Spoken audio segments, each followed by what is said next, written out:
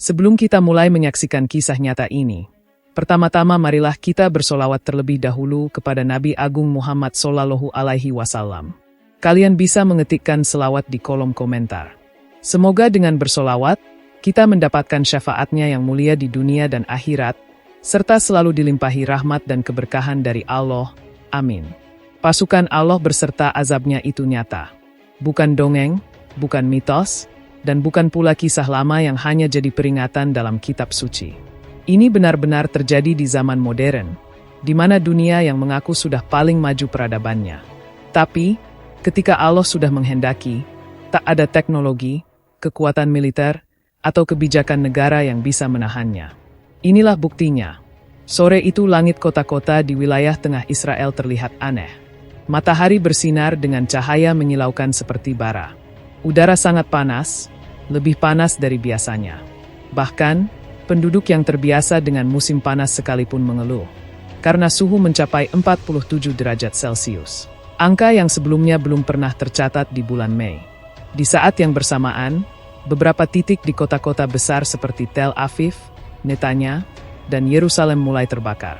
Api muncul begitu saja, tidak dari kebocoran gas, tidak dari korsleting, tidak dari ledakan, tapi tiba-tiba membesar dari semak-semak, dari atap rumah, dari tiang-tiang listrik, seolah dinyalakan oleh tangan yang tak terlihat. Kebakaran menyebar dengan sangat cepat. Jalan-jalan utama lumpuh, sirine meraung bersahutan. Pemerintah Israel langsung menetapkan status darurat nasional hanya dalam waktu 2 jam, sejak api pertama terlihat. Tanpa penyelidikan, tanpa sebab jelas. Karena mereka pun tahu, ini bukan kebakaran biasa. Evakuasi besar-besaran pun dilakukan. Rakyat diungsikan dari kota ke luar kota, dari dataran rendah ke dataran tinggi. Tapi di tengah kepanikan itu, ada secercah harapan. Langit yang tadinya merah tua, mulai berubah warna menjadi keabu-abuan seperti langit mendung. Lalu turunlah rintik-rintik air dari langit. Orang-orang bersorak, anak-anak tertawa sambil menengadahkan tangan ke langit. Para ibu memeluk anak-anak mereka sambil menangis haru, karena yakin Allah sedang menurunkan rahmat-Nya. Para tentara yang ikut mengawal evakuasi, ikut bersujud syukur. Para robbi dan pendeta lokal mengangkat tangan dan berdoa dengan mata berkaca-kaca. Mereka yakin, hujan akan segera turun dan memadamkan semua api ini. Namun, 1 menit setelah rintik itu berhenti, semua berubah. Langit yang semula kelabu mendadak gelap pekat. Lalu terdengar suara aneh seperti desisan ribuan ular yang keluar dari langit. Orang-orang mendongak dan terdiam. Dari langit turun butiran-butiran api. Bukan petir, bukan lava, tapi tetesan api murni seperti bara yang meleleh dari awan, satu persatu jatuh ke bumi. Semakin lama semakin deras. Api itu bukan hanya membakar apa yang disentuhnya, tapi juga meledakkan setiap benda yang terkena. Jeritan mulai terdengar. Warga yang semula sedang dievakuasi, kini lari tunggang langgang ke dalam gedung-gedung tinggi. Tapi langkah mereka sia-sia, tetesan api yang jatuh ke atas atap langsung menjalar ke seluruh bangunan, menyebar secepat kilat. Lalu bangunan gedung roboh hanya dalam hitungan detik. Seorang saksi mata, yaitu wanita paruh baya yang sempat merekam dengan ponselnya, menangis sambil berteriak. Ini bukan api biasa. Ini bukan dari dunia ini azab. Ini murka dari langit. Hujan api berlangsung selama 3 menit. Sangat singkat jika dibandingkan durasi bencana-bencana besar. Tapi dampaknya sungguh di luar nalar. Gedung pencakar langit menjadi abu, aspal meleleh, mobil-mobil hangus seperti kertas terbakar, dan tubuh manusia, baik dewasa, anak-anak, tidak hanya terbakar, tapi meleleh hingga tinggal tulang belulang. Warga yang selamat dari kebakaran awal, kini memilih diam. Banyak dari mereka menjadi gila seketika. Ada yang tertawa keras di tengah puing-puing, ada yang bicara sendiri sambil memeluk sisa tulang keluarganya. Ada juga yang melompat dari atap, karena tidak sanggup melihat semua ini. Dan langit kembali kosong, tak ada pesawat tempur, tak ada satelit cuaca yang mampu menjelaskan fenomena ini. Ilmuwan Israel yang diwawancarai media hanya bisa menjawab, ini tidak mungkin terjadi. Secara ilmiah tidak mungkin. Tapi kita semua mengalaminya. Allahu Akbar. Azab Allah itu tidak harus menunggu hari kiamat. Bila kejoliman sudah melewati batas, maka langit pun akan menjawab. Hujan api yang berlangsung 3 menit itu sudah cukup membuat sebagian besar wilayah kota Israel menjadi puing dan abu. Namun setelah reda, langit menjadi sepi. Tidak ada suara, tidak ada gerakan, seperti dunia sedang menahan napas. Seolah baru saja menyaksikan kemarahan langit yang tak pernah dilihat sebelumnya. Warga yang sebelumnya berlarian ke dalam gedung dan terowongan bawah tanah, kini mulai keluar satu persatu. Mereka perlahan menampakkan diri dengan langkah tertatih, wajah penuh jelaga, dan mata merah karena menangis atau terkena asap. Mereka saling berpegangan, saling mencari anggota keluarga yang entah masih hidup atau tidak. Di tengah kehancuran itu, terdengar suara dari beberapa warga yang berbisik lirih, tapi penuh rasa takut. Api macam apa ini? Kenapa seperti punya kehendak sendiri? Kenapa turun ke negeri ini? Apakah kita sedang dihukum? Apakah ini benar-benar azab dari langit? Aku tidak suka ini. Tuhan, tolong akhiri malapetaka ini. Tangisan menyatu dengan suara derap langkah mereka yang terburu-buru meninggalkan lokasi, mencoba kembali ke rute evakuasi darurat. Ambulans yang masih bisa bergerak segera menjemput korban luka. Tentara yang tersisa mulai memandu orang-orang untuk tetap tenang dan kembali ke titik kumpul yang dianggap aman.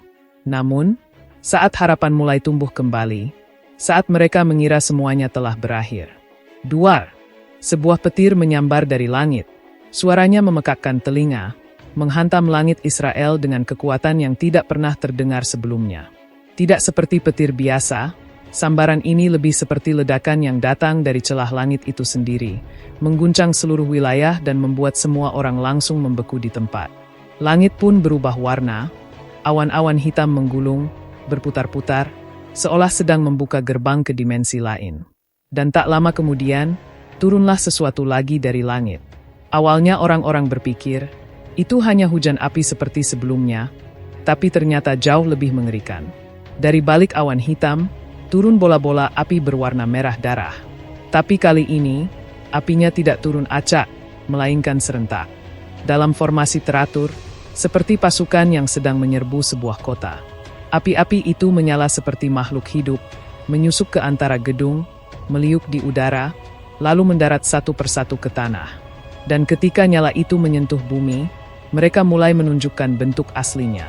Kalajengking, ya, kalajengking. Tapi bukan kalajengking biasa, bentuk mereka jauh lebih besar dari manusia.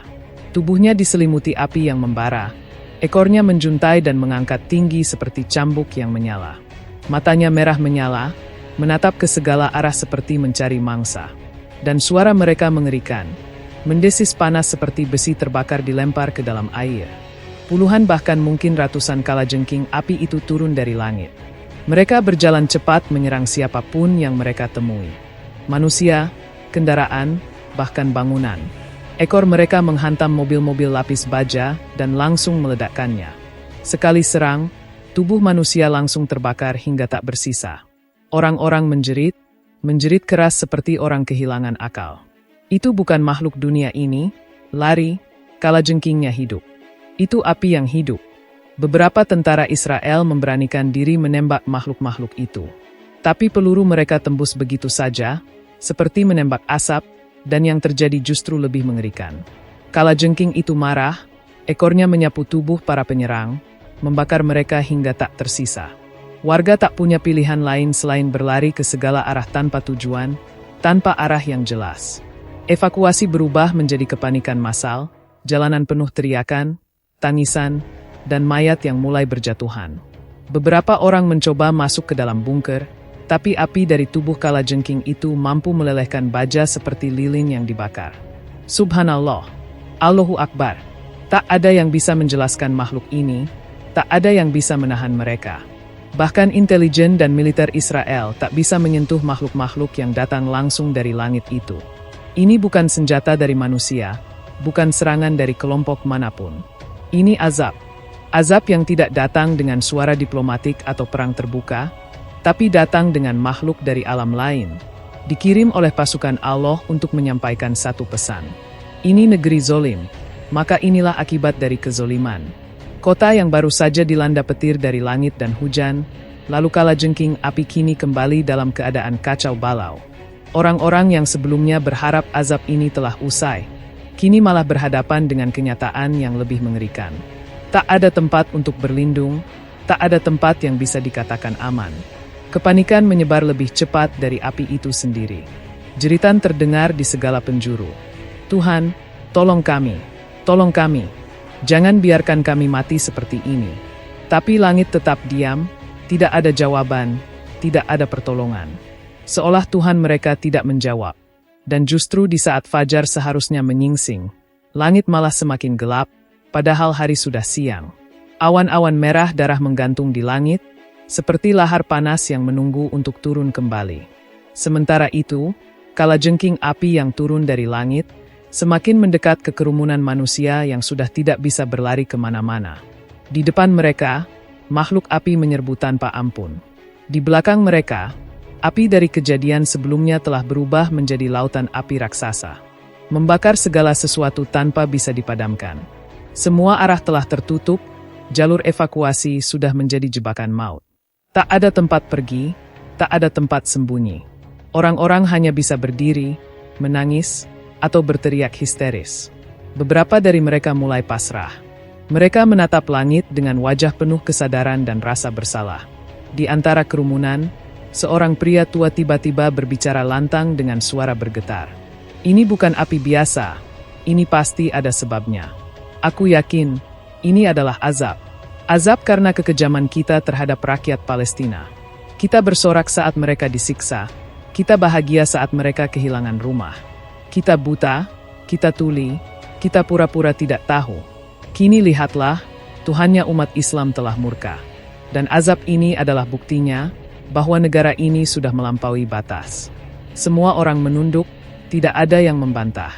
Dan ketika kalajengking api itu akhirnya sampai di kerumunan manusia itu, mereka pun langsung melompat ke tubuh para pendosa itu, menghujani mereka dengan api, menempel seperti bara hidup yang menggigit dan menyiksa. Satu persatu orang menjerit, bukan karena terbakar biasa, tetapi karena rasa sakit luar biasa dari gigitan dan cengkeraman makhluk itu. Mereka dibakar hidup-hidup, namun tetap hidup untuk merasakan seluruh siksaan itu. Kulit mereka melepuh, daging mereka membusuk dalam nyala, namun tubuh mereka belum mati. Mereka meronta, tapi tubuh mereka seolah terkunci. Api terus menyala dari dalam tubuh. Bisa kalajengking api itu bekerja seperti racun yang meledak dari dalam. Mata mereka mendelik, mulut mereka menganga dalam siksaan yang tidak bisa dijelaskan dengan kata-kata. Mereka tidak langsung mati.